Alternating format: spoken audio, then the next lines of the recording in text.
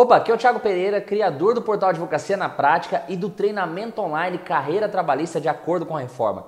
Seja bem-vindo ao terceiro vídeo desse evento, onde eu venho te ensinando como implementar a área trabalhista no seu escritório para te dar estabilidade financeira. O meu objetivo com todo esse conteúdo é te mostrar como advogados comuns saíram do zero sem conhecer nada da área trabalhista e passaram a ter resultados em menos de 3 meses aplicando o meu método prático de atuação, eliminando a falta de experiência, o medo e a insegurança de advogar após a reforma. E agora, com a Lei da Liberdade Econômica, considerada uma mini-reforma para alguns, o número de ações vão disparar com novos conflitos entre empregado e empregador. Você quer um exemplo? O artigo 74 da CLT foi alterado, permitindo que, por acordo individual com o empregador, o empregado vai anotar a sua jornada somente por exceção. Ou seja, ele não vai mais anotar o início e o fim da sua jornada contratual. Ele só vai anotar as horas extras prestadas. Você acha que isso não vai gerar um conflito na hora de pagar as horas extras para o empregado? Sem contar que, segundo o entendimento da doutrina,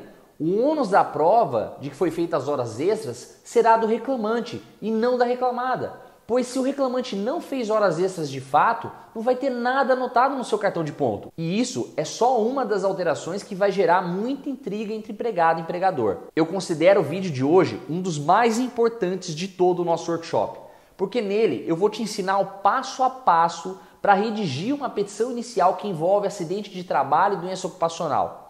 Essa é uma das ações mais rentáveis na justiça do trabalho e uma das mais complexas. Eu vou te mostrar hoje, tópico por tópico, explicando como escrever as suas peças de forma estratégica e com uma linguagem que vai chamar a atenção do juiz para os fatos e para os pedidos. E esse conteúdo é uma das aulas que eu ministro no meu treinamento completo Carreira Trabalhista, onde eu trabalho toda a formação do advogado, do básico ao avançado, começando pelo conhecimento prático no direito material e processual do trabalho, na redação das petições e na atuação das audiências. E nessa aula 3, vou trabalhar com você a redação da petição inicial. No vídeo 1, eu te falei de uma oportunidade de mercado na área trabalhista para você que está sem rumo e sem saber qual área se especializar. Eu mostrei ainda como atuar com a reforma aumentando o lucro dos seus processos. Já no segundo vídeo, eu mostrei que é possível você atender clientes, atuar nas audiências e produzir as provas mesmo sem muito conhecimento ou experiência. Te ensinei como deve ser o seu atendimento ao cliente daqui para frente, como usar a jurisprudência a seu favor nas iniciais e como, principalmente, fazer as perguntas certas para as testemunhas. Mas se você ainda não assistiu o vídeo 1 e o vídeo 2, eu recomendo fortemente que você pare agora e volte nas aulas anteriores, porque para mim, os conteúdos que eu te ensinei até aqui são primordiais para quem quer ser um especialista na área trabalhista e advogar de acordo com a reforma. Isso tudo com muita segurança. Eu também não posso deixar de agradecer pelos diversos comentários que estamos recebendo em cada uma das aulas dessa semana de prática. É muito gratificante saber que o conteúdo já tem ajudado os colegas a distribuir as suas ações com segurança ou por tomarem a decisão de seguir pela seara trabalhista por enquanto para poder ter rendimento financeiro a curto prazo. Agora eu vou te mostrar como eu preparo os meus alunos para advogar na área trabalhista, maximizando os seus lucros a partir de uma peça bem fundamentada e do jeito que todo juiz gostaria de ler. A princípio, o conteúdo ele pode parecer um pouco intenso para você que não está acostumado aí com a prática trabalhista. Mas assista com atenção todo esse vídeo e eu te garanto que você vai sair dele dominando a redação das petições, ainda mais as que envolvem acidente de trabalho, porque são ações bem complexas. E como a nossa aula ela é puramente prática, eu vou ter que ministrá-la através dos slides, até porque tem pedidos que eu vou te ensinar como fazer os cálculos. Então eu vou sair aqui do vídeo e vou mostrar a tela do meu computador para a gente poder iniciar a nossa aula, tudo bem? Bom, então vamos lá para o conteúdo da nossa aula 3. E eu vou de primeiro pedir para você tirar todas as distrações que você tiver na sua frente, porque a gente vai ter um conteúdo muito intenso. Pegue aí o seu celular, coloca no silencioso, se você tiver com televisão ligada, desliga, tira qualquer distração e pegue um vademecum ou uma CLT comentada, que tem o CPC, Constituição Federal, Código Civil, tudo junto, porque a gente vai navegar em diversos dispositivos legais, vamos falar de súmulas do TST, vamos falar de lei de benefícios, porque tem um reflexo previdenciário, lá temos o conceito de acidente laboral, de acidente de trabalho, doença ocupacional, enfim, então tira todas as distrações para você ter a melhor experiência possível, porque o que eu vou te mostrar aqui Você nunca mais vai ver uma aula dessa na internet, porque até hoje eu não vi ninguém dando aulas assim, explicando passo a passo, tópico a tópico, de forma prática, como eu vou mostrar para vocês hoje. Eu considero essa uma das melhores aulas que eu dou no meu curso Carreira Trabalhista para os alunos. É dessa forma que eu ensino eles. É prática pura, aquilo que você precisa saber para amanhã você abrir o Word e conseguir fazer suas petições iniciais.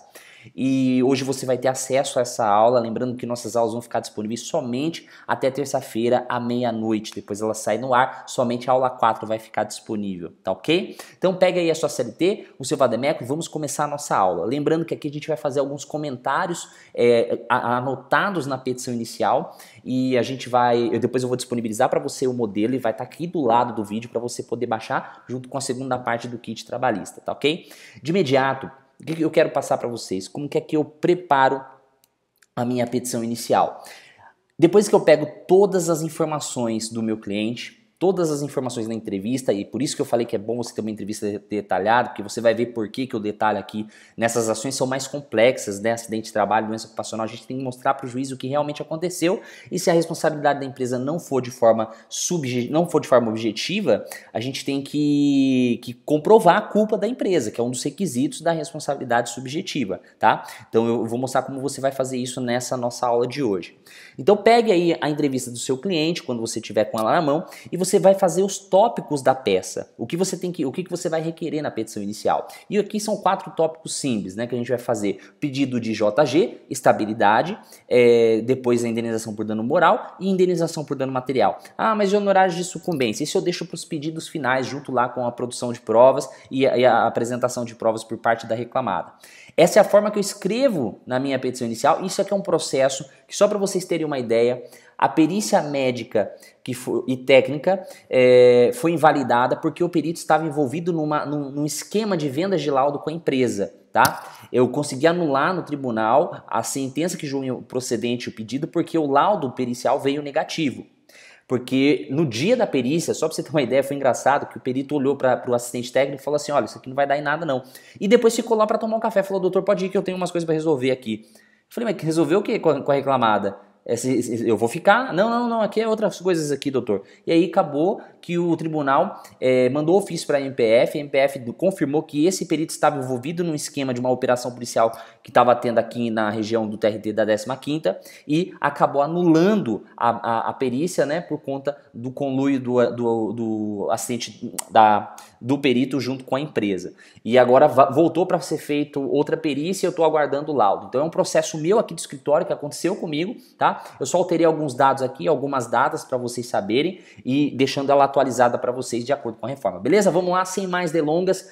Presta atenção nesse conteúdo que a partir de hoje você vai sair daqui dessa aula diferente. Você vai saber redigir as suas petições iniciais de uma forma eficiente e estratégica, tá? Primeiro tópico, então, primeira coisa que você vai atentar na petição inicial é a competência territorial ou material do trabalho, tá? Competência territorial e material da Justiça do Trabalho. Por quê, Thiago? Às vezes, por exemplo, se essa ação fosse anterior à emenda constitucional 45, ela seria proposta na Justiça Comum. Porque a emenda constitucional 45 ela ampliou os poderes da Justiça do Trabalho para julgar ações que envolvessem a indenização por dano moral em acidente de trabalho. Tá? Então, nesse caso, a competência material é da Justiça do Trabalho. Bom, eliminamos aqui a dúvida se é mesmo ou não competente para julgar esse tipo de causa. Agora vamos para a competência territorial. Competência material está lá prevista no artigo 114 da Constituição Federal, tá? Anota aí. E competência territorial está no artigo 651 da CLT, tá ok? Que é onde prevê lá as possibilidades de onde tem que se ingressar com uma ação trabalhista. Em regra, anota aí, é no local da prestação de serviço, tá? Em regra, é no local da prestação de serviço. Só que nós temos algumas regrinhas, por exemplo, quando for dissídio, agente ou viajante, é na competência do local que ele está subordinado.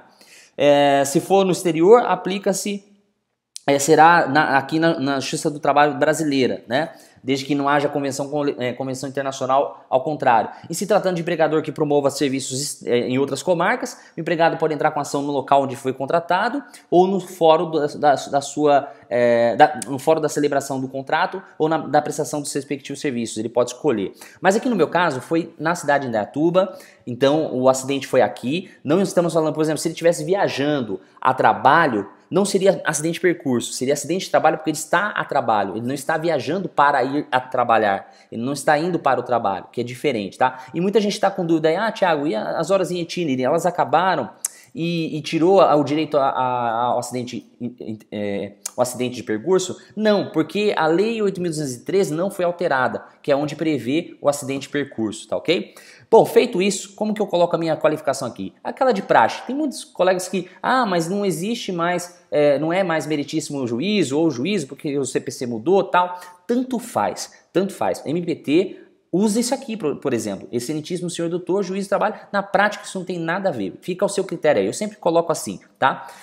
Lembrando que não há juiz de direito, tá? Para julgar causas trabalhistas, a não ser que não haja competência, não haja vara do trabalho naquele local, aí o juiz de direito pode ser delegado a função para julgar causas trabalhistas, mas não é o caso, é muito difícil acontecer, tá bom?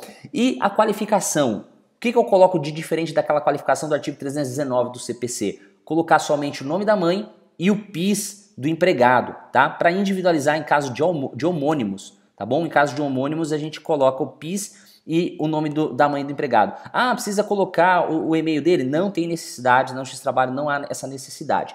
E aquela qualificação simples, por meio do seu advogado e bastante procurador, que essa subscreve, vem a presença de Vossa Excelência, com fulcro no artigo 840 da CLT e 319 do novo CPC, aplicado subsidiária pelo artigo 769 da CLT ou o artigo 15 do CPC, propor a presente reclamação trabalhista. Você pode colocar aqui, ó, pelo rito ordinário, não tem problema. Ninguém vai ler a qualificação, a não ser na hora de pegar os dados das partes, tá? Não tem tanta necessidade assim. Contra a reclamada, mas nunca coloque os sócios de imediato se a pessoa jurídica está ativa, a não ser que a pessoa jurídica já tenha sido dado baixa, aí você vai colocar os sócios, porque não foram sócios que contrataram o seu cliente. Foi a pessoa jurídica porque ela tem personalidade jurídica própria, tá? Tem muitos advogados que erram colocando sócios na reclamada no polo passivo da ação. E aí vem aquela preliminar de legitimidade e aí você não sabe como se defender, tá ok? Pelos motivos de fato e de direito que seguem expostos. Essa é a primeira parte da petição inicial, que é aquela de prática, a gente tem até modelo no escritório. Primeiro tópico que eu faço é o pedido de gratuidade judiciária. Por quê? Aqui eu quero já mostrar para o juiz a situação de hipossuficiência econômica do meu cliente. E nós tivemos alteração com a reforma. Eu gasto 3 parágrafos para pedir justiça gratuita. Por que eu estou gastando 3 aqui? Porque aqui eu vou usar o critério subjetivo, tá? Eu tenho que comprovar a situação de hipossuficiência. Se fosse o critério objetivo, que é bastou receber menos do que 40% do teto da Previdência, já tem direito a JG. Aqui no meu exemplo, não é o caso, ele ganhava mais do que 40% do teto da Previdência. Tá? Então eu até coloco aqui, ó. O reclamante foi dispensado, recebendo o salário de R$ 2.796,59, conforme CTPS em anexo. Eu mostro para o juiz qual que foi o último salário dele. E já mostro que ele também está desempregado. No entanto, encontra-se desempregado sem condições financeiras de arcar com as custas processuais sem prejuízo do próprio sustento. Tá? Então a JG aqui, o juiz vai analisar com base no momento da distribuição da ação, tá? Situação financeira do empregado na distribuição da ação. Não pode o juiz indeferir justiça gratuita porque o empregado ganhou um alto valor na ação trabalhista, tá? Não pode, tem jurisprudência nesse sentido. E aí, continuando aqui, eu vou fundamentar, é fato, fundamento e pedido. É esse o método que eu uso em todos os tópicos da minha petição inicial. Fato, fundamento, pedido. Então eu fiz um tópico para os fatos, um outro tópico para o fundamento jurídico, no artigo 790, parágrafo 3º da CLT, e o outro pedido, um outro parágrafo para o pedido. Todas as minhas peças eu uso esse silogismo jurídico. Lógico que aqui a gente não consegue fazer em 3 parágrafos um pedido de indenização por dano material, moral, em decorrência de acidente de trabalho, tá? Mas você vai ver como essa peça é bem completa e bem complexa. Nos termos do artigo 790, parágrafo 3º da CLT, alterado com a Lei 13.467, o reclamante que perceber salário igual ou inferior a 40% do teto da Previdência fará jus às benesses da gratuidade judiciária, ou desde que comprove a insuficiência de recursos para pagamento das custas processuais. Vamos trocar esse reclamante para o empregado, tá? Empregado que perceber salário igual ou inferior a 40% do teto da Previdência. Então, se você fizer o cálculo lá, vai dar 2.200 e alguma coisa, os 40% do teto da Previdência. E aqui eu faço o pedido com base não nesse critério objetivo, mas no critério subjetivo. E aí eu coloco para o juiz. Em caso o reclamante recebia salário superior a 40% do teto da Previdência, contudo encontra-se em situação de desemprego e sem proventos. E aí eu vou juntar isso aí no processo. Vou juntar. Por exemplo, o que você pode juntar aqui? Ó? Vamos até anotar, juntar como provas. Ó. Juntar como provas CTPS, última folha, sem o registro, extrato bancário, para provar a situação financeira do empregado, IR se tiver, imposto de renda, é aqueles documentos padrões que a gente usa, contas também, que a gente usa no processo comum, tá? Eu não, porque eu não faço justiça comum, mas que a maioria milita usa também. Contas de luz, água, aluguel, para mostrar que ele não tem condições de pagar as custas processuais. É essa a fundamentação que você vai usar, tá ok? Bom, feito isso, agora eu trago o tópico do contrato de trabalho, onde eu vou trazer todas as informações inerentes ao contrato de trabalho do reclamante, que é admissão, função, demissão, a jornada, último salário. E eu gasto 2 parágrafos para isso. Aqui na petição inicial trabalhista a gente não usa dos fatos e do direito, a gente usa tópicos para poder individualizar a petição inicial. Na praxe forense é assim, e os juízes gostam de ler petições assim, rápidas, concisas, objetivas, que traga para ele de cara o que o reclamante quer. Tá bom? Então preste atenção na forma que é escrita essa petição inicial para você adotar nas suas peças. Veja só, o reclamante foi admitido pela reclamada em 16 de 5 de 2014 para exercer a função de operador de máquinas, percebendo como último salário R$ 2.796,59. Aqui eu trago função, admissão e salário. Foi admitido em 11 de 2017 sem justa causa, dias depois de apresentar relatório médico que constava ter contraído hérnia de disco decorrente de acidente de função, do exercício da função. Olha só, aqui eu trago já para o juiz a doença que o meu cliente, que acomete o meu cliente. É muito comum a gente ter aí ações que envolvem a doença ocupacional por hérnia de disco. Se for um acidente de trabalho típico, meio caminho já foi andado. Qual que é? Comprovar o nexo de causalidade entre o acidente e o trabalho. Aqui não, aqui a gente tem que comprovar por meio da perícia. A perícia aqui é o médico, o perito, vai avaliar se há nexo técnico epidemiológico. Está previsto na Lei 8.613. Depois abre ela lá que você vai ver, tá? Aqui no caso, então, tem que comprovar o nexo. Se for um acidente de trabalho, a empresa emitiu a CAT, ótimo. Aí depois você só vai comprovar a culpabilidade da empresa. Aqui no nosso caso, não, tá? Eu vou falar qual que é o fundamento para você pedir a indenização em base de acidente de trabalho, e aqui eu vou falar sobre a doença ocupacional. Gastei 2 parágrafos para trazer os fatos para o juiz. Só que eu vou detalhar as condições de trabalho do meu cliente no tópico da estabilidade. Para quê? Para mostrar para o juiz que a empresa que houve uma doença ocupacional e que a empresa obstou o empregado de ter o direito à estabilidade. Tá? É importante você fazer isso na sua peça já de imediato. O próximo tópico depois do contrato de trabalho é a estabilidade. Olha só o que eu trago de fatos para o juiz. Detalhadamente. Isso aqui foi uma entrevista que eu tive com o cliente. Gastei 2 horas para poder fazer essa entrevista com o cliente. E olha só, a função do reclamante era de operar 2 máquinas ao mesmo tempo em pé, sendo responsável pela troca de mistura das máquinas, buscando uma espécie de funil chamado hopper, através de um carrinho hidráulico, ou seja, ele tinha que empurrar esse carrinho na mão até a célula, que era o setor onde ele trabalhava. Isso aqui é muito comum a gente utilizar, tá? Nas petições que envolvem aí as empresas metalúrgicas, porque elas chamam de células esses locais.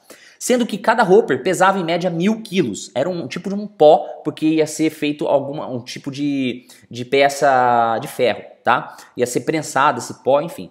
Durante a jornada, o reclamante retirava as peças de cada máquina que operava, alocava numa espécie de tabuleiro e montava um negócio chamado rack, de aço com 20 tabuleiros. Ou seja, ele pegava as peças, elas vinham ali nesses tabuleiros e ele tinha que virar para poder colocar nos racks. Tá? Então ele empilhava esses sacos uns nos outros, porém como a reclamada contava somente com uma prateleira elétrica, o reclamante tinha que empilhar na mão de vez em quando. Ou seja, existe uma empilhadeira elétrica lá na empresa, uma paleteira elétrica, só que ele tinha que pegar isso na mão. Imagina só ele pegar essa essa prateleira e ter que empilhar uma a uma, né? E aí isso causou a lesão lombar do reclamante. Então eu tenho que mostrar para o juiz que o movimento repetitivo, esforço físico, além do permitido, causou essa doença ocupacional no reclamante. Todo esse procedimento era realizado em pé, e operando duas máquinas ao mesmo tempo. Então aqui ó, você vai colocar o seguinte, ó, expor os fatos de forma que o juiz entenda que o trabalho causou direta ou indiretamente o agravamento da doença, tá? Ou até mesmo desencadeou a doença. Porque o agravamento a gente pode falar de concausa, né? Mas aqui você tem que expor para o juiz os fatos de forma bem detalhada, tá? Tal situação se deu durante todo o contrato de trabalho, até que em julho de 2017, sentindo fortes dores lombares, o reclamante resolveu realizar um exame médico, o qual constatou hérnia de disco. E aqui eu trago foto da ressonância magnética, que é a foto do laudo, né, com a ressonância magnética, para o juiz já de cara ver o documento que constata a lesão, tá ok? Lembrando que aqui, você pode colocar também, ó, você pode lembrar o juiz, deixa eu colocar aqui você pode colocar o seguinte, ó, expor exame admissional. E você pode pedir para a empresa também e pedir para a empresa juntar nos autos. Para quê? Para ver se no exame admissional ele tinha algum tipo de doença. Se ele tinha já a predisposição de ter a doença, tá? Então você pede para a empresa juntar. Em 3/10 de 2017, iniciou o tratamento fisioterápico. Ocasião em que foi lhe fornecido pelo ortopedista Dr. Rubens e anexo um relatório endereçado à reclamada pedindo-o para transferência para outro local de trabalho por conta da constatação da hérnia e para evitar o agravamento da doença. Então eu juntei esse laudo e após ele ter entregado esse laudo, ele foi mandado embora. Olha só, ao entregar o relatório à reclamada, nada foi feito até que dias depois foi dispensado imotivadamente. E aí eu trouxe todos os fatos para o juiz. Trago para o juiz o que aconteceu e como a empresa mandou ele embora. Não emitiu ACAT, não afastou, ele foi afastado depois, inclusive ele está afastado até hoje pelo INSS. E aí agora eu vou adentrar na explicação, no fundamento jurídico, que é a subsunção, aplicação do direito no caso concreto, tá? Que é o que o juiz vai fazer caso ele acolha o pedido. E eu trago aqui o seguinte, ó, trata-se de típico acidente de trabalho, doença ocupacional, desencadeada pelas condições de trabalho em que o obreiro é disposto. Só que é o seguinte, aqui você tem que explicar que é uma doença do trabalho e não uma doença profissional. Doença profissional está lá previsto no artigo 20 da Lei de Benefícios e ela diz o seguinte, que é aquela inerente à função. E a doença ocupacional é inerente às condições de trabalho. Vou dar um exemplo de uma doença profissional aqui. Alguém, por exemplo, a digitadora que tem DORT, que tem LER, ela é uma doença inerente à sua função. Ou aqueles caras que trabalham em mineradoras expostos a carvão, eles têm uma doença pulmonar específica daquela função. Isso é uma doença profissional. E a doença do trabalho, ou doença ocupacional, é uma doença desencadeada por conta das condições especiais em que o trabalho é realizado, em que ele se relaciona diretamente. É o que está previsto no inciso 2 da lei, do artigo 20 da Lei 8.213 de 91. Então tem que trazer para o juiz já de cara que é um acidente de trabalho, que é uma doença ocupacional, considerada acidente de trabalho. Então se você pegar lá a Lei de Benefícios, abre lá no artigo 20, vamos pegar aqui Lei de Benefícios, deixa eu pegar aqui na minha CLT comentada. Recomendo CLT da Ariana Manfredini, do Renato Tonassi e do Renato Saraiva, tá? Rafael Tonassi e Renato Saraiva. É uma boa CLT para você utilizar aí. Olha só o que diz o artigo 20. Considera-se acidente de trabalho, nos termos do artigo anterior, as seguintes entidades mórbidas. Vamos direto para o parágrafo, o inciso 2, ó, inciso 2. Doença do trabalho, assim entendida, adquirida e desencadeada em função de condições especiais em que o trabalho é realizado e com ele se relacione diretamente com o centro da relação mencionada no inciso 1, tá? Então aqui nós temos o conceito de doença ocupacional que é equiparado ao acidente de trabalho. E eu trago isso na peça. Depois, qual que é o efeito do acidente de trabalho no empregado? Caso ele seja afastado por mais de 15 dias, ele tem direito a uma estabilidade. Essa estabilidade está prevista no artigo 118 da Lei 8.213. No artigo 118. Mas a súmula também prevê que, além do artigo 118 ser constitucional, o inciso 2 traz quais são os pressupostos para a concessão da estabilidade acidentária. Isso é entendimento sumulado do TST. E aí eu trago aqui na minha peça, eu mostro para o juiz, olha aqui, o juiz sabe disso, mas é bom você colocar essa fundamentação. Outro sim, a súmula 378 item 2 do Código TST dispõe que são pressupostos para a concessão da estabilidade acidentária o afastamento superior a 15 dias e a consequente percepção do auxílio doença acidentário. Aí você pode colocar aqui que é o B91, que é um código lá do INSS. Salvo se constatada a doença após a despedida da doença profissional que guarda a relação de concausalidade com a execução do contrato de emprego. que acontece? No meu caso aqui, o meu cliente não foi afastado, porque não deu nem tempo. Ele apresentou o laudo para ser afastado, a empresa não afastou, não emitiu a CAT e mandou embora. Então ele constatou a doença após ele ter saído dentro do contrato de trabalho, mas agora na perícia médica vai constatar a doença por meio de um perito isento entre as partes, que é o perito do juízo, que vai auxiliar o juiz na condução do processo e na decisão do processo, tá? Ressalta-se que, assim que o obreiro passou a sentir as dores da doença, foi dispensado imotivadamente para que não fosse afastado pelo INSS e adquirisse a referida estabilidade. Ou seja, a empresa, ao invés de mandar para o INSS verificar se realmente ele estava incapaz ou não, dispensou ele. E aí que vem o pedido de estabilidade, porque se realmente ele estava doente e tinha ali a doença ocupacional, ele tinha que ser afastado e a empresa pagar os primeiros 15 dias, depois ele pagar receber pelo INSS e quando ele voltasse ele tinha 12 meses de estabilidade, que é de 1 ano após a alta, o retorno dele do INSS. E aí eu trago para o juiz o seguinte, olha só, eu mostro para o juiz que a empresa agiu de má fé, por isso que a dispensa é nula. Porque o artigo 9º diz que quando a empresa age de modo ilícito, o empregador age de modo ilícito, qualquer ato é nulo, tá? E é o que eu vou fundamentar. Olha só o que eu escrevo aqui, ó. Ora, excelência, é clara a atitude da reclamada em obstar o direito do reclamante à estabilidade sedentária, previsto no artigo 118 da Lei 8.213. E também, preste atenção, vai lá na convenção coletiva para ver se não existe uma estabilidade prevista na convenção coletiva, que geralmente é uma estabilidade vitalícia. A empresa não pode mandar embora até o empregado se aposentar. Tá? Aqui no caso, na cláusula 44ª da convenção coletiva, eu até transcrevo essa cláusula, ele tem essa estabilidade, tá? E eu junto essa convenção coletiva, porque o juiz não vai adivinhar, tá bom? Qual que é a cláusula que tem, qual que é a convenção coletiva que tem. Então ela fez isso para que não fosse preenchidos os requisitos. Quais são? O afastamento do trabalho superior a 15 dias e percepção do auxílio doença acidentário perante o INSS. Mas Thiago, vamos supor que o seu cliente, mas e se o meu cliente, ele foi afastado pelo INSS, dentro do contrato de trabalho, mas foi afastado pelo B31 e não pelo B91. A empresa não emitiu o CAT. Ela só encaminhou, agendou lá, que o empregado estava doente, agendou para ele e mandou ele para a perícia. O que acontece? Ele perde a estabilidade nesse caso? Não, porque se você consegue comprovar na ação trabalhista que houve uma doença do trabalho ou uma doença profissional, o juiz, mesmo que não tenha sido concedido o auxílio doença acidentário, ele vai ter direito à estabilidade. Por quê? Olha só, mais pra frente. Além do desrespeito à norma cogente de ordem pública, ou seja, a Constituição Federal que elenca como direito fundamental o direito à saúde e meio ambiente equilibrado, a atitude da reclamada fere de morte o artigo 22 da Lei de Benefícios, que versa sobre o quê? Sobre a CAT. A empresa deverá comunicar o acidente de trabalho à Previdência Social até um primeiro dia útil seguinte da ocorrência, e em caso de morte, de imediato. Autoridade competente sob pena de multa. Essa multa não é para o empregado, é para a própria fiscalização, tá?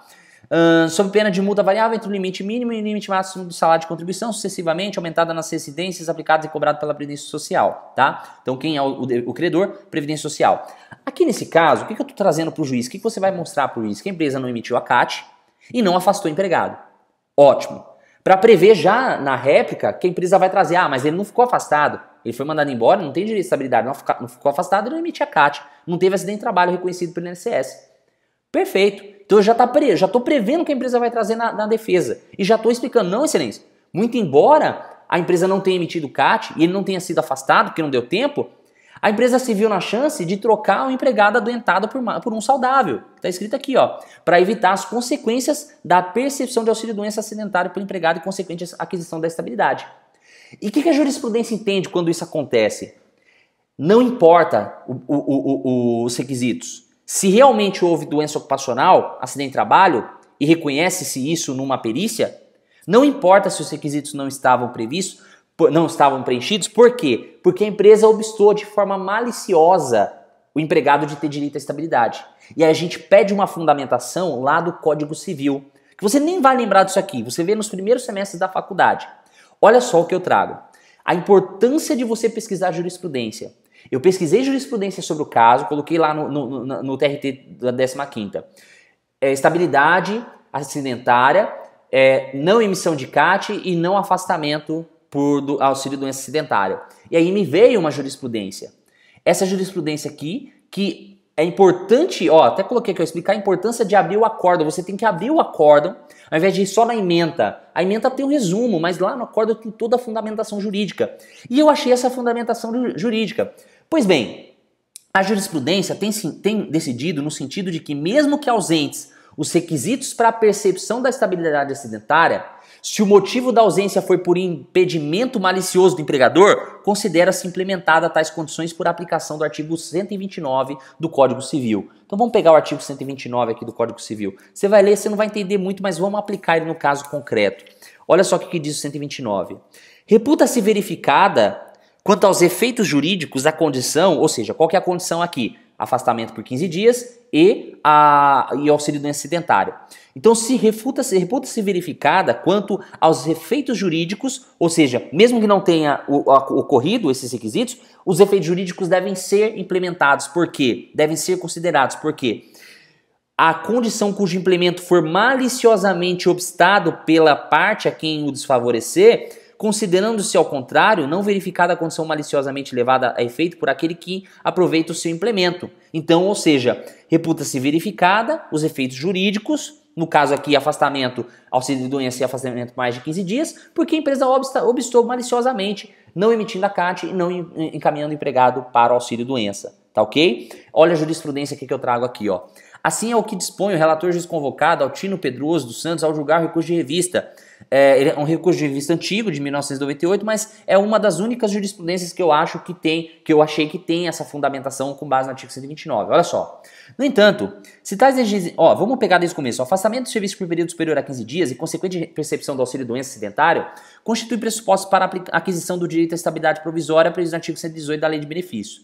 No entanto, se tais exigências não forem atendidas pelo trabalhador por culpa exclusiva do empregador, que deixa de cumprir a obrigação de comunicar o acidente de trabalho, é lícito considerá-las implementadas à luz da regra contida no artigo 129 do Código Civil.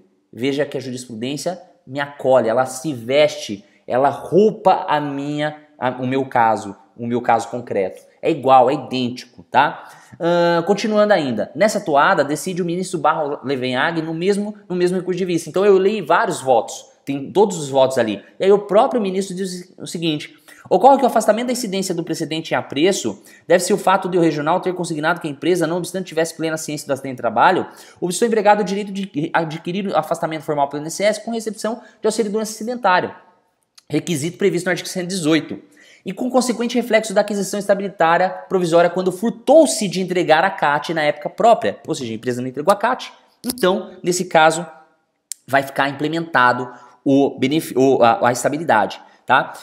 Em época própria, apesar de várias licenças médicas oriundas de acidente, encontrando-se subjacente à decisão recorrida aplicação do artigo 9º da CLT, trazendo nulidade para a dispensa desse empregado e mandando o seu ou indenizado ou reintegrado. Tá? Então eu até coloco aqui, ó, Mister se faz a aplicação do artigo 9º da CLT, no caso em tela, considerando que ao furtar-se da emissão da CAT, a reclamada buscou impedir a garantia de emprego do reclamante. O que a gente faz até aqui, então? O que a gente fez até aqui na petição inicial? Mostrei para o juiz o acidente, mostrei que a empresa não emitiu a CAT de forma maliciosa e mandou ele embora, então os requisitos não estavam presentes, mas que isso não poderia obstar ele direito à estabilidade porque a empresa obstou de forma maliciosa. Ela impediu de forma maliciosa ele ter direito ao benefício. Então, ó, não há o que se falar também, porque a CAT pode ser emitida pelo sindicato, o próprio empregado pode ir no site e emitir a CAT.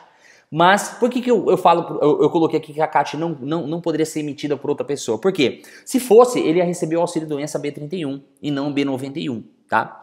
Por derradeiro, a previsão de estabilidade acidentária até a aposentadoria na cláusula 44ª da convenção coletiva. Olha só, no caso aqui do meu cliente, são 34 anos, tá?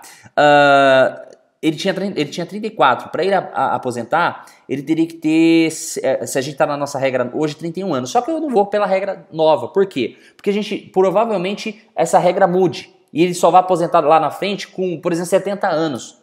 Né? Então eu coloquei até os 70 anos. Ah, mas se o juiz só der com base na regra atual, não tem problema, não vai ter sucumbência. A gente vai falar mais sobre isso na frente. Isso aqui é uma cláusula da convenção coletiva, que é outra coisa que eu faço quando eu pego a petição inicial. Eu pesquiso a convenção coletiva antes de começar a minha petição, tá bom? Então olha só, aqui a estabilidade não vai ser só de 12 meses. a empresa vai ter que ficar com ele até o final, até a sua aposentadoria. E o engraçado é que no dia da audiência dessa ação, eu levei uma testemunha que sofreu a mesma doença que o meu cliente lá, foi reconhecido no laudo médico e ele está lá até hoje por causa dessa cláusula aqui da convenção coletiva, tá? Portanto, deve ser considerada a implementação dos requisitos para a percepção da estabilidade acidentária nos termos da fundamentação, condenando a reclamada à imediata reintegração do reclamante, bem como o pagamento dos salários e demais verbas do período afastado até a reintegração. Olha que esse pedido aqui é importante. Por quê? Aqui eu já estou fazendo o pedido de condenação para pagar os salários desde a dispensa até a efetiva reintegração. Só que a efetiva reintegração eu não sei quando vai acontecer. Que nem nesse caso aqui, não aconteceu ainda. Porque a perícia vai ser feita. Então ele já tá, esse processo é de 2017, já está quase 2 anos sem receber salário. A empresa tem que pagar, porque foi ela que obstou o empregado de voltar.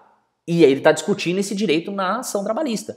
Mas qual que é o cálculo que eu vou fazer então, Thiago? Como que eu calculo isso? A gente vai ver lá na liquidação de pedidos, tá?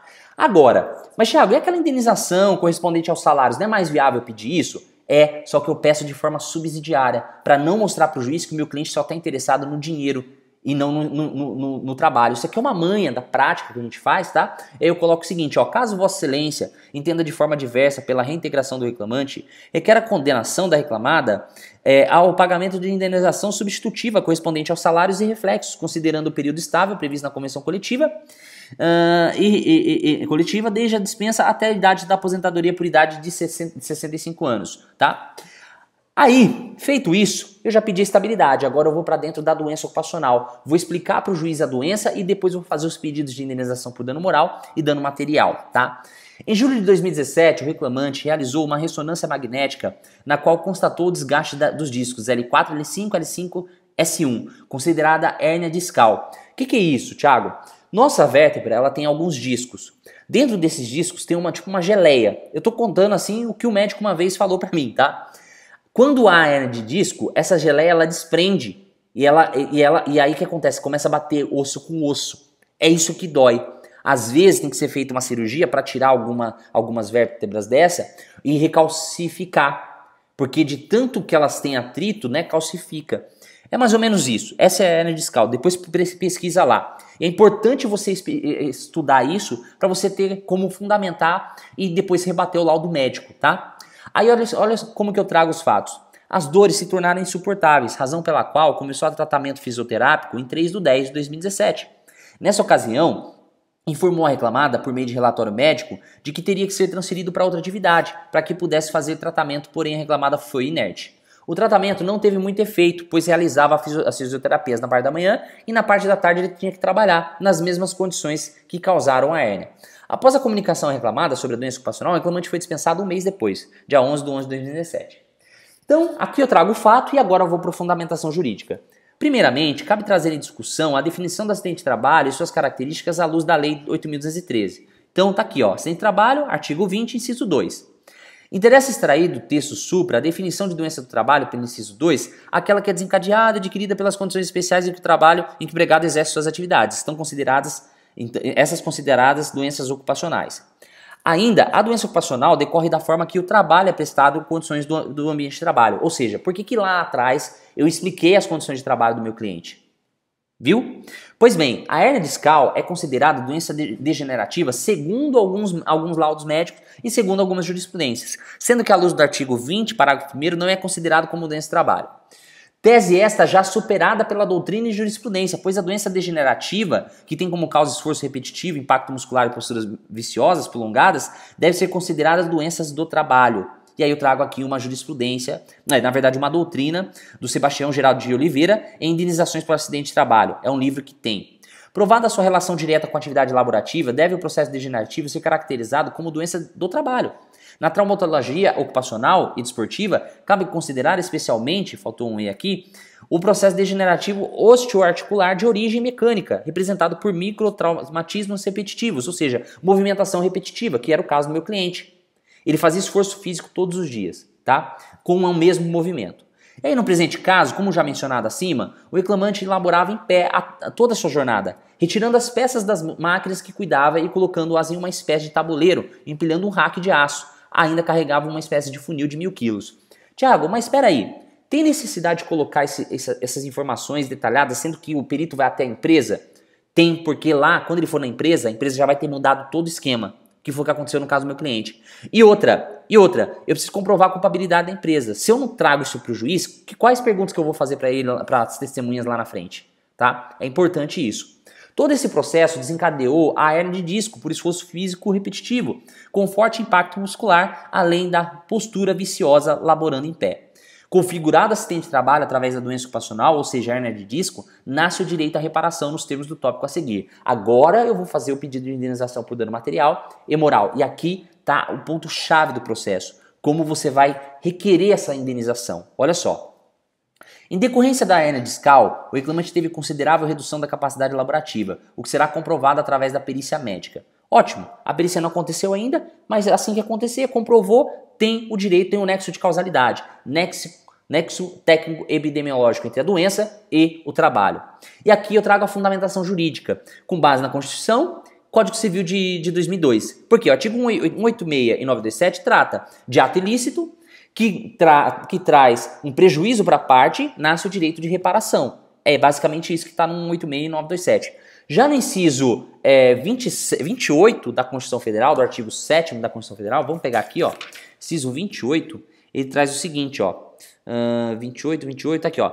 A empresa, ela vai pagar seguros contra acidente de trabalho a cargo do empregador, sem excluir a indenização a que esta está obrigada quando incorrer o dolo ou culpa. Ou seja, a empresa aqui incorreu com dolo, com culpa, na verdade. Lógico que ela não teve intenção de prejudicar a saúde do empregado, mas ela agiu com culpa. E nesse caso, tem direito à reparação, tá? Está previsto lá no artigo 7º, inciso 28 da Constituição Federal.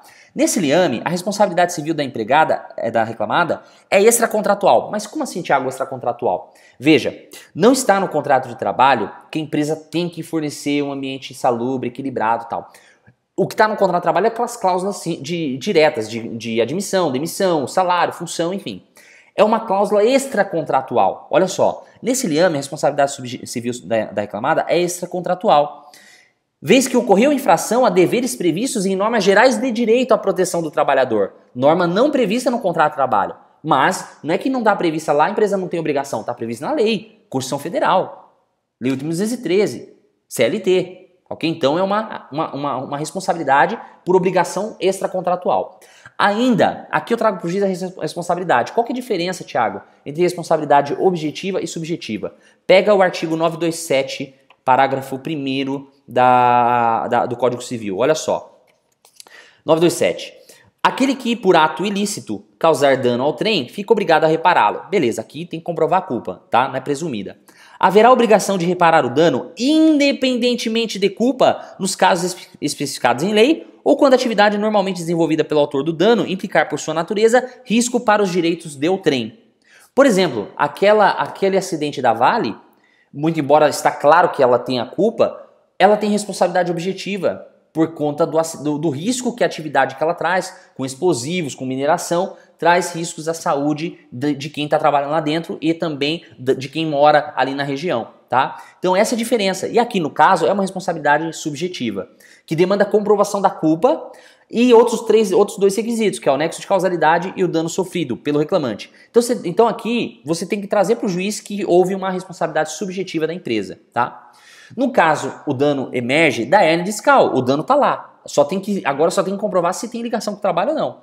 A culpa é demonstrada pela omissão da reclamada em tomar medidas para a redução dos riscos dos acidentes de trabalho, conforme preceito constitucional esculpido no artigo 7º, inciso 22, que lá diz que a empresa é obrigada, olha só, 22, a redução dos riscos inerentes ao trabalho por meio de normas de saúde, higiene e segurança do trabalho. Se houve acidente, se houve doença, é que a empresa não cumpriu a regra, não cumpriu a risca, esse inciso. Essa obrigação, até as NRs também. Ela não deu treinamento, não deu ginástica laboral, então ela concorreu com culpa, ela foi omissa, ela teve um ato omissivo que trouxe prejuízo para o empregado. Aí, por fim, o nexo de causalidade deve ser considerado como causalidade direta, ou seja, aquela que há vinculação imediata entre a prestação de serviço e consequente doença do trabalho, o que será comprovado através da perícia médica. Por quê? Vamos supor que o meu cliente já tivesse uma predisposição a ter essa doença. E aí o juiz, o que ele iria fazer?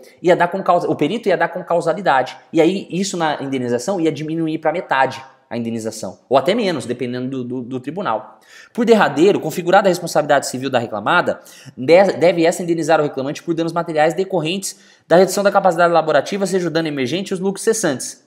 E aí é o seguinte, ó, prevê o Código Civil que a ofensa que resultar defeito pelo qual o ofendido não possa exercer o seu ofício ou profissão, ou se ele diminua a capacidade de trabalho, a indenização, além das despesas de tratamento, que seriam os danos emergentes, né, que é aqueles danos que vai surgir de imediato para ele poder pagar o tratamento, e o lucro cessante, que é aquele que ele vai deixar de receber, por exemplo, a redução da capacidade laboral, até o fim da convalescência, que dificilmente vai ser permanente, e aí ele vai receber até o fim da vida. Incluirá a pensão correspondente à importância do trabalho para que se inabilitou. Então o cálculo que a gente vai ver lá na liquidação é o percentual de redução da capacidade laborativa aplicado sobre o último salário do empregado, com base nesse parágrafo, nesse artigo 950 do Código Civil, ok? Aí a gente vai falar do pagamento em uma só vez. Ainda no diploma civil, o artigo 950, parágrafo 1, faculta ao prejudicado o direito de receber indenização arbitrada em uma só vez.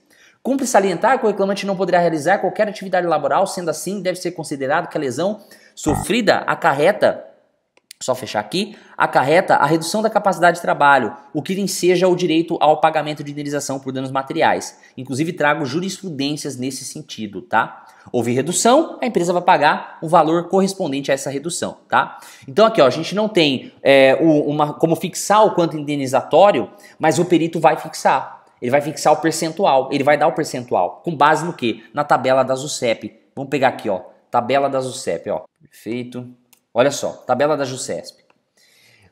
Onde foi a lesão do meu cliente? Foi na lombar. Perda completa da mobilidade em um segmento da coluna vertebral, exceto o sacral. 25% de redução, de perda. Ó, percentual de perda aqui, ó, 25%. Então, no caso, ele teve uma mobilidade prejudicada da coluna e ele não podia fazer qualquer tipo de movimento. Então ele teve 20% de redução da capacidade. Na hora do perito avaliar se realmente houve essa doença e se realmente incapacitou, é esse o percentual de redução que o perito vai dar. Geralmente é isso, e eles usam essa tabela da JUSEP. É só você colocar lá no Google JUSEP, você vai achar, e aí você vai pesquisar. Por exemplo, vamos supor que ele cortou o dedo, vamos supor que fosse um corte do dedo, né? Então vamos colocar aqui, ó, qual que é o dedo anelar, ó, tem um polegar aqui, ó, 25% de redução, os dedos da mão, qualquer outro, 10%, o anelar dá 10% também, enfim. Então você consegue pesquisar aqui, dentro dessa tabela, qual tipo de doença ou qual tipo de perda de membro que foi afetado e qual que é a redução, tá? Então olha só, muito embora não tenha legislação específica para fixação no quanto indenizatório em casos semelhantes, a perícia poderá fixar o percentual de redução da capacidade laboral com base na tabela da JUSEP, utilizada para fixação de indenizações em caso de seguro. Aí qual que é o cálculo? Lá a gente descobriu que é 25%, correto? Então nos termos da tabela, a imobilização do segmento tóraco, lombar sacro da coluna vertebral corresponde a uma redução de 25% da capacidade do trabalho do ofendido, tá? Então é ser disso que a jurisprudência tem entendido que o cálculo da indenização deve ser aplicado pela aplicação da redução da capacidade de trabalho sobre o último salário do empregado acidentado, considerando que não se habilitará mais para o trabalho habitual. E aí eu faço o pedido, ó. Portanto, pelo exposto, requer o reclamante a condenação da reclamada no pagamento de indenização por danos materiais em 25% aplicado sobre o último salário do obreiro, pago em forma de pensionamento desde o acidente até os 72 anos de idade, que é a expectativa de vida laboral da população segundo o IBGE. Mas, Thiago, de onde você tirou isso? Vai pesquisar no Google. Segundo o IBGE, algumas pesquisas recentes, o empregado, hoje a pessoa tem como trabalhar até os 72 anos de idade. Então, no caso, o meu cliente, ele vai ter direito a esse pensionamento até os 72 anos de idade, porque é o que fala lá o 950, até a convalescência, ou até ele morrer, tá? Então, no caso do meu cliente, ele tinha 34 anos, tá? Ele vai receber isso aqui até 72 anos de idade. Então, são 38 anos de pensionamento que ele vai receber. Só que eu peço para pagar de uma vez só. Requer a indenização seja paga em uma só vez. Qual que é o cálculo que eu faço isso? Pego o salário do empregado, multiplico por 25%, multiplico por 12, que são 12 meses, e depois multiplico por 38. E depois acresço, se tiver 13º, férias, que ele também vai deixar de receber. Mas geralmente eu não coloco não, isso aí eu deixo na hora de fazer a liquidação de sentença, tá? Agora vamos para a indenização por danos morais. Em consequência à hernia de disco adquirida, durante o pacto laboral, o reclamante teve redução significativa da sua capacidade laboral, que lhe causa sérios danos de ordem íntima, bem como intranquilidade e sofrimento.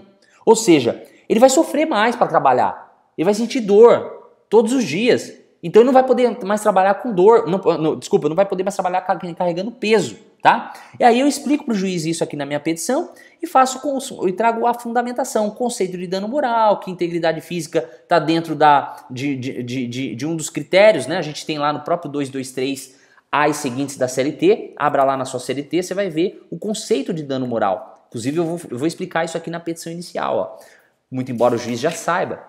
Olha só, na legislação atual, o dano moral passou a ter previsão legal no artigo 223A e seguintes da CLT, prescrevendo o conceito de dano moral como lesão à honra, à imagem, à intimidade, à liberdade, à autoestima, à sexualidade, ao lazer e à integridade física, que são bens juridicamente tutelados, tá? Posso até pôr aqui em negrito e sublinhado. No caso em tela, flagrante a lesão extrapatrimonial sofrida pelo obreiro, que lhe rende o direito à reparação. E aí tem vários julgados em que a hernia de disco dá direito à indenização por dano moral também, tá? Eu trago aqui esses julgados. E aí peço, com base no artigo 223G, mas Thiago, como que eu vou fixar a indenização por dano material? Você vai ter que procurar jurisprudência. E infelizmente a gente ainda não tem jurisprudências de aplicação do 223G com relação à doença do trabalho e doença ocupacional. Porque essas ações elas demoram um pouco para ser julgadas. E como a gente tem 1 ano e meio ainda de reforma, se o empregado sofreu acidente de trabalho antes da reforma, no caso aqui do meu cliente, ele sofreu durante a reforma trabalhista. Ele foi mandado embora em novembro, tá? Depois que o texto já estava em vigência. E aí ficou constatado, lógico, é uma série de situações que agravaram a doença, mas pode-se considerar que a doença teve a lesão a ciência da lesão no dia do laudo. E o laudo foi expedido após a reforma trabalhista, tá? Então aqui é só um exemplo, eu alterei a data, lógico, é um processo anterior à reforma, mas eu alterei a data para a gente colocar aqui a reforma trabalhista, atualizar a nossa peça, tá bom? Então com a reforma, como que eu vou analisar? No meu exemplo aqui, eu entendo que é de natureza grave. Mas Thiago, e se ele for de natureza leve, média? O que vai acontecer? Você vai sucumbir no pedido? Não, porque os juízes estão aplicando que caso o pedido de indenização ele seja deferido, mas não no valor que o empregado recebe, não há sucumbência recíproca, porque o pedido em si, individualmente, foi deferido, tá? É um entendimento pela súmula 326 lá da STJ, se eu não me engano, súmula 326, que fala na justiça comum que a indenização que não é dada, mas é pedido o valor maior tal, e não tem sucumbência recíproca. Então aqui eu peço o seguinte, ó, uma vez que houve privação da integridade física do obreiro, que reflete nos afazeres do cotidiano, pode-se considerar que a ofensa tem natureza grave, até mesmo pela redução da capacidade laboral atestada em perícia, com diminuição do patrimônio físico do empregado. Por essas razões, requer de Vossa Excelência a condenação da reclamada ao pagamento de indenização por danos morais no importe de 20 vezes o último salário do obreiro. Esse é o valor que está previsto aqui no 223G. Item parágrafo 1º, item 3 do 223G, tá? Então, o cálculo aqui é simples, pessoal. Você vai multiplicar o último salário do empregado por 20, tá? E aí eu venho pelos pedidos. Começo por todo disposto, vem o reclamante às portas do judiciário, esperando justiça para que a reclamada seja condenada nos seguintes pedidos. Faço o pedido de indenização por a estabilidade, né? Aqui no caso, eu peço que os salários do empregado desde o afastamento até o ingresso da ação, tá? Aqui no caso aqui dá 14 meses. Só que aqui, eu até esqueci de colocar, mas vamos colocar aqui, ó, ou indenização substitutiva correspondente aos salários desde o acidente, desde a dispensa até a aposentadoria, que seria 70 anos ou 65 anos, tá? Vamos ver como vai ser aí com a reforma agora.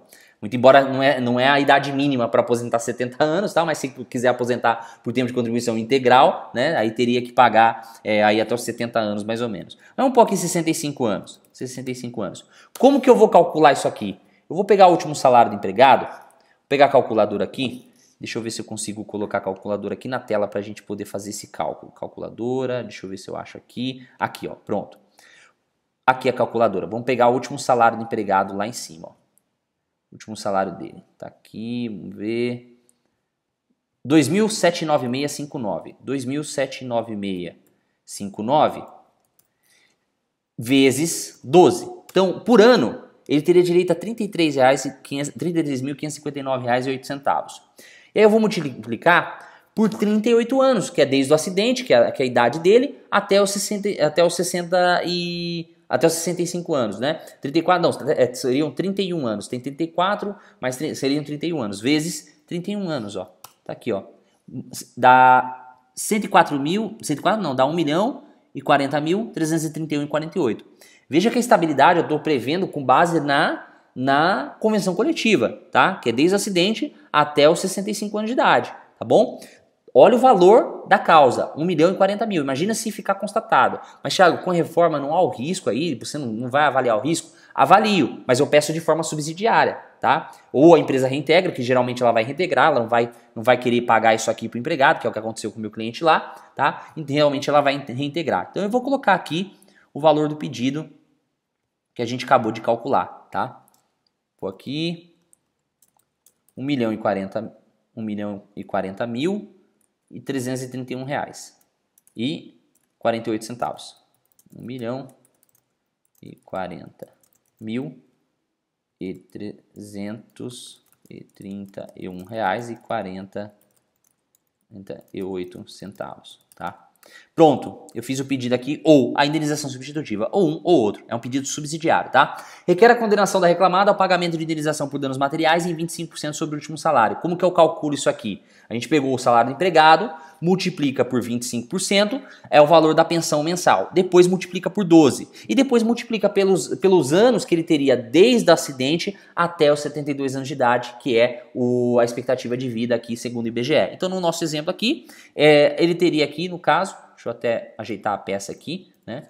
Ela tá bem pronto, ó, tá aqui, ó, R$ 318.811,26. Esse é o valor da indenização. E depois a indenização por dano moral, que é 20 vezes o último salário do empregado. Bom, pessoal, não é uma aula de cálculo, mas você pode fazer o cálculo aí depois e conferir na peça se está tudo ok, tá? O valor da causa aqui vai alterar também, porque a gente acresceu o 1.040.000, né? Mais aqui, ó, vamos colocar mais R$ 442.700,19. Então daria 1.482.000, o valor da causa, ó, 1.482.000 reais, R$731,67, tá? Esse é o valor da causa. Por isso que eu falei que é uma das ações mais rentáveis na Justiça do Trabalho, que é as ações que envolvem acidente de trabalho. Porque aqui, no caso, por que está dando esse valor vultuoso? Porque ele tem estabilidade dentro da empresa, de todos os salários, por conta da cláusula coletiva, da cláusula da convenção coletiva. Se não tivesse, ele só teria direito a 12 meses de salário de estabilidade, se não tivesse essa cláusula, tá ok? Então, no caso, aqui, requer a notificação da reclamada, para que querendo, ofereça constatação em audiência, tal. Protesta, aprovar o alegado, aquele textinho básico que a gente usa, e aí a gente pede o pagamento, a justiça gratuita e o pagamento de honorários de sucumbência. Imagina só, 30% desse valor, mais 15% desse valor de indenização, de honorário de sucumbência, seria uma ótima causa, né? Então a gente encerra aqui o conteúdo da nossa aula 3, mas a gente tem muita coisa para poder falar ainda, e agora eu vou voltar para a tela aqui da nossa aula, que eu tenho umas coisas para falar para você. Espero que você tenha gostado desse conteúdo, que é um conteúdo que eu ensino para os meus alunos do curso Carreira Trabalhista. Depois que a aula 2 foi pro ar, eu comecei a receber algumas dúvidas no WhatsApp e também no Instagram de advogados interessados em aprender em ter a área trabalhista como fonte de renda imediata. E me perguntaram como acessar todo o conhecimento prático que eu possuo e que pode prepará-los em 2 semanas para advogar através de uma nova advocacia trabalhista. Eu adaptei esse método para essas modificações e criei um treinamento online onde eu passo tudo que eu sei e tudo que eu aprendi na prática da advocacia, criando uma carreira sólida e rentável. São mais de 6 anos de experiência e com patrocínio de mais de 500 processos. Agora imagina você ter todo esse conhecimento na sua frente a hora que você quiser. Para quem me conhece desde o começo, sabe que eu estudei um bom tempo para o concurso da magistratura do trabalho, considerado um dos mais difíceis do país. E todo esse conhecimento doutrinário que eu adquiri estudando, eu apliquei na minha advocacia e também ensino nesse meu treinamento. E o que eu passo para os alunos é muito mais do que o feijão com arroz que a pós-graduação passa. É um conteúdo muito intenso que vai levar o nível da sua advocacia em comparação com outros advogados do mercado. E é possível você sentir isso nos seus primeiros atendimentos, nas suas audiências, no acompanhamento de perícias, nos recursos, enfim. Desenvolvi o treinamento online Carreira Trabalhista de Acordo com a Reforma, que é um programa completo voltado para quem quer seguir carreira na área. É um programa, um treinamento que desenvolve o conhecimento técnico-processual, a capacidade de controle emocional, o raciocínio processual, principalmente para momentos de estresse no processo, como por exemplo nas audiências. E ainda a gente trabalha as habilidades para fechar contratos, atuando tanto para empresas quanto para empregados. Além disso, eu vou desenvolver 3 habilidades. Primeiro, o conhecimento do direito material e processual do trabalho aplicado na prática. Segundo, a técnica processual na redação das petições diversas, por exemplo, como inicial, defesa, recurso, petições intermediárias de andamento do feito. E terceiro, principalmente, trabalhar o desenvolvimento de performance nas audiências, elevando o número de pedidos a serem deferidos se você tiver pelo reclamante ou indeferido se você tiver pela reclamada. Esse método me permite advogar de forma estratégica, desde a confecção das reclamações e defesas até na condução do processo, como por exemplo, saber o que pedir e o que não pedir numa reclamação trabalhista, prevendo o risco da sucumbência. Redigir as petições já prevendo o que vai ser apresentado como matéria de defesa e qual a percepção do juiz sobre a causa de pedir e os fatos que você narrou na inicial. E o que eu te mostrei nessa aula de hoje é praticamente a aplicação desse método aliado às modificações da reforma e da Lei da Liberdade Econômica, além das outras alterações legislativas que a gente vem tendo por aí. E essa é a forma que eu ensino os meus alunos no método Carreira Trabalhista. Com esse programa, você vai ser capaz de trazer renda ativa para o seu escritório em apenas 3 meses. Isso é comprovado pelos nossos alunos, que trouxeram os resultados logo após eles terem se inscrito no curso. Veja, se você não conhece nada na área trabalhista, eu te garanto que esse treinamento vai preparar você melhor do que uma pós-graduação, porque é um conhecimento que você precisa para agora, para resolver os seus problemas. Vamos supor que você pegue um caso de um cliente que envolve aí assédio moral, só que você ainda não estudou esse tema na pós-graduação. Já no método Carreira Trabalhista, você vai ter um conteúdo puramente prático de como você atende esse tipo de cliente, como você elabora a inicial, porque eu ensino isso no curso, até o que você tem que escrever na peça, qual fundamentação jurídica utilizar, como se preparar para as audiências. Eu vou te dar prontas perguntas para você fazer para a reclamada e para as testemunhas e como executar as sentenças que envolvem esse tipo de pedido. Ou seja, eu te entrego tudo mastigado, basta você assistir as aulas e aplicar na prática. E tudo isso de forma imediata, porque o conteúdo não tem uma ordem para você assistir. Você pode acessar o conteúdo a hora que você quiser e isso você não teria numa pós-graduação, você teria que cumprir o cronograma. Lógico, eu também não quero que você dispense uma pós, ela é muito importante, mas só depois de você conhecer a prática de verdade, o que melhora até o seu estudo da teoria quando você for fazer a pós-graduação. Agora, se você já possui experiência, mas ainda não acertou nas ações após a reforma, esse treinamento vai te mostrar como é uma nova advocacia trabalhista, sendo mais criterioso, mais técnico e mais assertivo, sem dar prejuízo para o seu cliente, por conta da insegurança e do medo de distribuir as suas ações. Já são mais de 1.600 advogados que participaram das 4 primeiras turmas. E na terça-feira, logo pela manhã, eu vou abrir as inscrições para a última turma desse programa em 2019.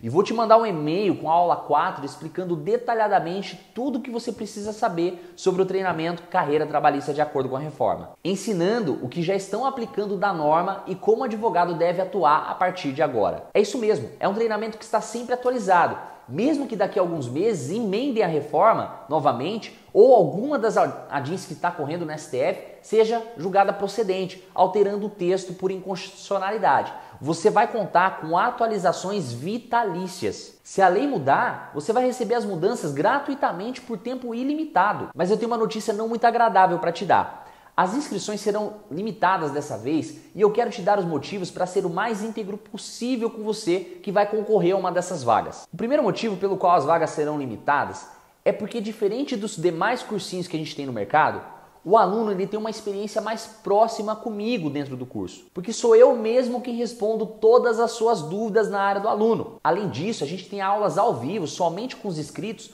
para tratar de casos pessoais deles. Essas aulas ao vivo servem para me aproximar dos alunos. e ajudá-los em caso do seu escritório. Muito embora o curso seja gravado, eu entrego algumas dessas aulas ao vivo para você. O segundo motivo é porque eu tenho o meu escritório, eu tenho os meus processos, que não são poucos, e por isso a minha atenção ela é bem limitada. E se eu não conseguir limitar vagas agora, eu não vou conseguir atender, além dos 1.600 alunos que a gente já tem, os novos que estão fazendo sua inscrição agora. É por isso que eu reduzo o número de vagas disponíveis. E como eu falei, você vai ter garantia de atualização vitalícia. E por esse motivo, não é um investimento barato. Além de que o resultado que ele vai trazer para você será múltiplas vezes mais do que o quanto ele custa. E isso em poucos meses aplicando na prática o meu treinamento. O terceiro e último motivo é que essa será a última turma com o valor atual do curso, que eu vou revelar na aula 4 para você. Depois dessa turma, eu vou reajustar o valor do curso pelo quanto ele vale. De verdade. Já que faz um ano que eu não atualizo o valor do curso e a gente já teve muitas alterações aí com as atualizações colocadas lá no curso. Os alunos relatam que depois que compraram o curso, já conseguiram faturar 4 ou 5 vezes o seu valor. Por isso, eu vou aumentar o valor na próxima turma e essa será a sua última chance de se inscrever pelo valor antigo. Uma vez eu ouvi a seguinte frase: se você acha que educação custa caro, experimenta o preço da ignorância. E isso é muito nítido na nossa profissão. Porque sem conhecimento nós não temos o que oferecer para o nosso cliente, já que a matéria-prima que a gente tem é informação, é conhecimento, para resolver o caso deles. Quantas vezes eu já ouvi falar de colegas em grupos de WhatsApp que perderam prazo, não fizeram constar seu protesto em ata, não impugnaram determinado documento na réplica, não conseguiram controlar o emocional na audiência, e que tudo isso culminou na improcedência da ação. E sabe por que a maioria comete esses erros? Falta de conhecimento e principalmente conhecimento prático que não se aprende lendo um livro. Depois de 4 turmas e mais de 1.600 alunos, eu já pude perceber o valor agregado que esse treinamento traz na vida do advogado. Isso porque muitos inscritos falavam que depois de 2 a 3 meses da inscrição, eles já tinham resgatado o investimento que fizeram no curso, sem contar no quanto eles economizaram por não errar como esses erros que eu mencionei agora há pouco para você. Olha só um dos módulos eu ensino tudo, mas tudo sobre as audiências. E esse módulo tem mais de 14 horas de duração. Então por isso o valor desse treinamento não é como de um cursinho qualquer. São mais de 120 horas no total e só falando de audiência, mais de 14 horas. Te contando os inúmeros exemplos práticos que eu vivi na minha advocacia. Há um problema muito comum entre nós que é a falta de tempo para os estudos, por conta da nossa vida ser muito corrida, com prazos para lá, prazos para cá. E às vezes, essa falta de tempo pode ser o motivo pelo qual você não sobe o próximo nível da sua advocacia, porque você não tem tempo de estudar. E o conhecimento, ele é a chave de tudo que você vai fazer na advocacia, principalmente na advocacia trabalhista. E ao preparar esse programa, eu tive o cuidado de estruturá-lo de uma forma que otimize os seus estudos. Primeiro, através desse método, o advogado vai adquirir conhecimento necessário para advogar na área trabalhista em apenas 2 semanas, aplicando o passo a passo. Segundo, é que eu não coloco o tempo de uso nesse treinamento. Eu respeito o tempo e o investimento de quem se inscreve, então não há limite de visualizações e ele não sai do ar, fica disponível para sempre. Além disso tudo, de um treinamento que tem mais de 120 horas de duração, você vai ter acesso a 4 bônus especiais que vão servir para você ter uma formação completa na advocacia trabalhista. Um dos bônus é um curso completo de liquidação de pedidos, ou seja, um curso de cálculos para suas iniciais, com mais de 20 aulas onde eu ensino como calcular adicional de periculosidade, insalubridade, verbas rescisórias, horas extras e todas as outras verbas que a gente vê no dia a dia. Outro bônus é um super combo de petições com mais de 150 modelos de peças de casos aqui do meu escritório. Ou seja, são peças reais, bem detalhadas e fundamentadas que já me geraram honorários em torno de 30 a 50 mil reais. Os demais bônus eu vou revelar no e-mail que eu vou te mandar na segunda-feira de manhã. Então fica atento nesse e-mail ou lá no grupo do WhatsApp para ver que só esses outros 2 bônus já valeria todo o seu investimento. Eu confio tanto no meu conteúdo, tanto no meu treinamento, que eu vou colocar dinheiro do meu bolso te devolvendo todo o seu investimento se ele não der certo para você. Ou seja, o seu risco é 0 se inscrevendo nesse treinamento. Eu tenho 2 garantias e a primeira é a de 15 dias que eu dou para você assistir o curso e ver se é para você.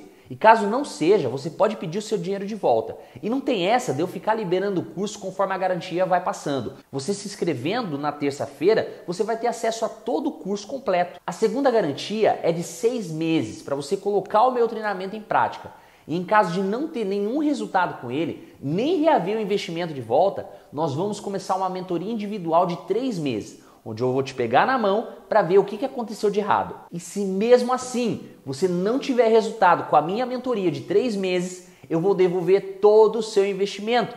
Porque eu sei disso, eu já vi isso acontecer na prática. Em 6 meses aplicando o meu passo a passo, os alunos têm resultado. Então, se você tem o desejo de disputar uma dessas poucas vagas nesse treinamento, fique esperto na sua caixa de e-mail ou nos grupos do WhatsApp, que nessa terça-feira agora, às 8 horas, grava bem, 8 horas, horário de Brasília, eu vou abrir as inscrições da última turma do curso Carreira Trabalhista em 2019. E você vai receber todos os detalhes para você ter essa experiência na advocacia trabalhista, se atualizando com a jurisprudência dos tribunais em matéria da reforma e novas teses jurídicas que estão surgindo aí nesses últimos 2 anos. Lembrando que esse treinamento já está atualizado com a nova Lei da Liberdade Econômica. E todos os detalhes eu vou te passar na nossa aula 4, então fique atento no seu e-mail ou nos grupos de WhatsApp. Mas por enquanto, aproveita todo esse conteúdo que eu te passei até agora e começa a colocar em prática hoje mesmo. E agora você vai poder baixar o material que eu preparei, que é a segunda parte do kit trabalhista, composto de diversas petições e modelos,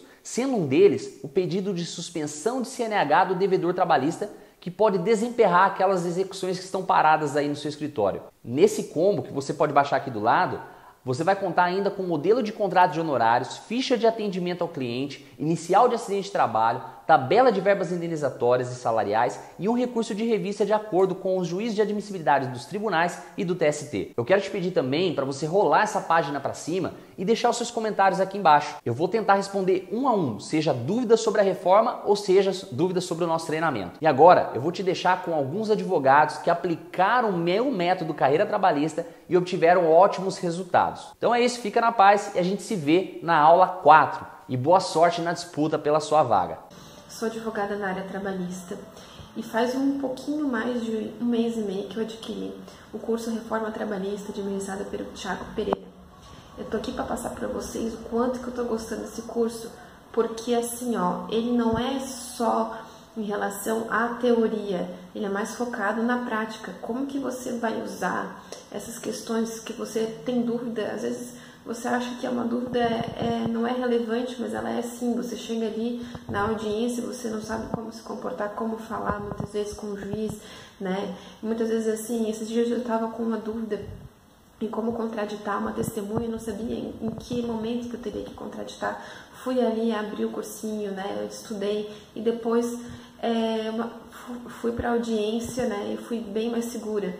Então eu indico para todo mundo. Eu tenho só agradecer ao Thiago Pereira e todos os meus amigos que também indicaram esse curso. Valeu. Meu nome é Kátia, eu sou advogada trabalhista.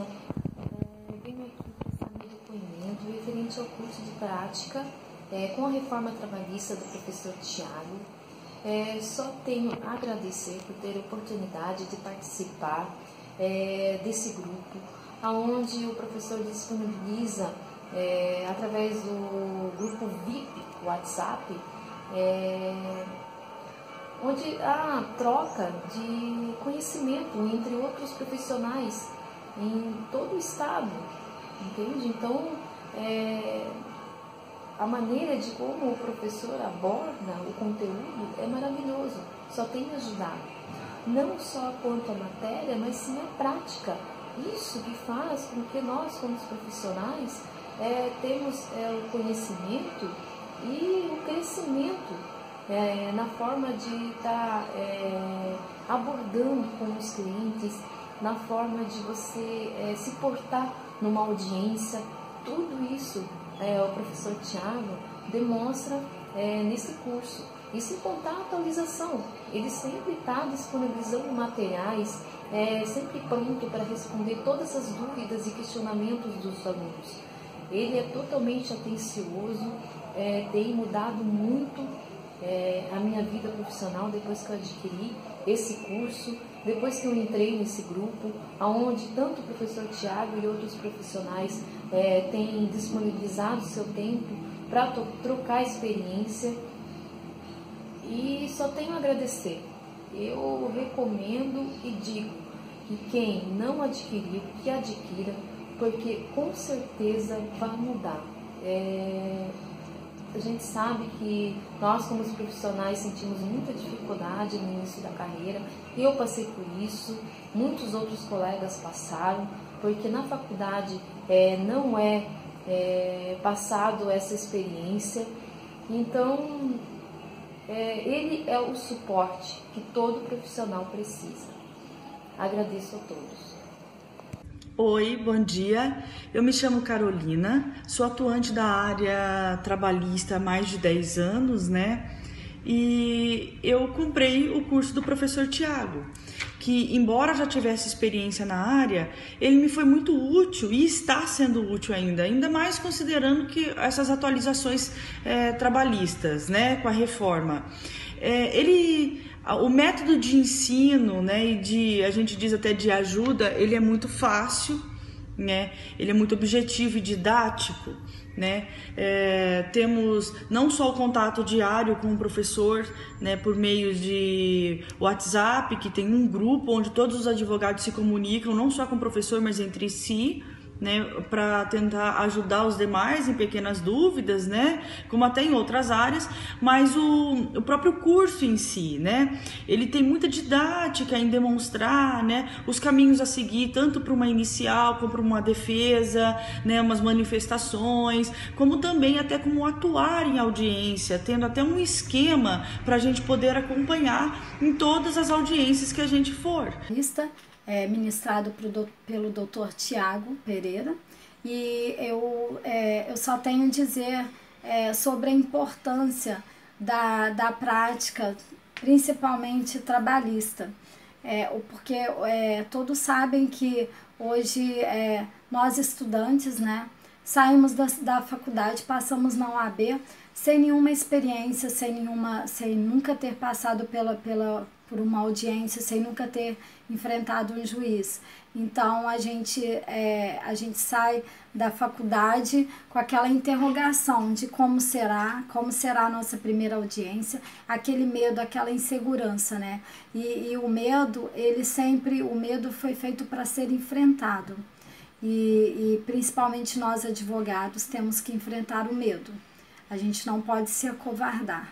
Então, o melhor que temos a fazer é unir a prática com a teoria e se puder assistir às audiências, juntando esses três conteúdos com esse curso maravilhoso da prática trabalhista, com certeza você está caminhando para o sucesso. Eu só tenho a dizer que esse curso está mudando a minha vida. Além disso, né, eu faço parte do grupo do WhatsApp e ali é uma verdadeira prática. Todos os alunos compartilham as experiências do dia a dia e além de notícias fresquinhas, né, sobre alguns julgados e tal, livros.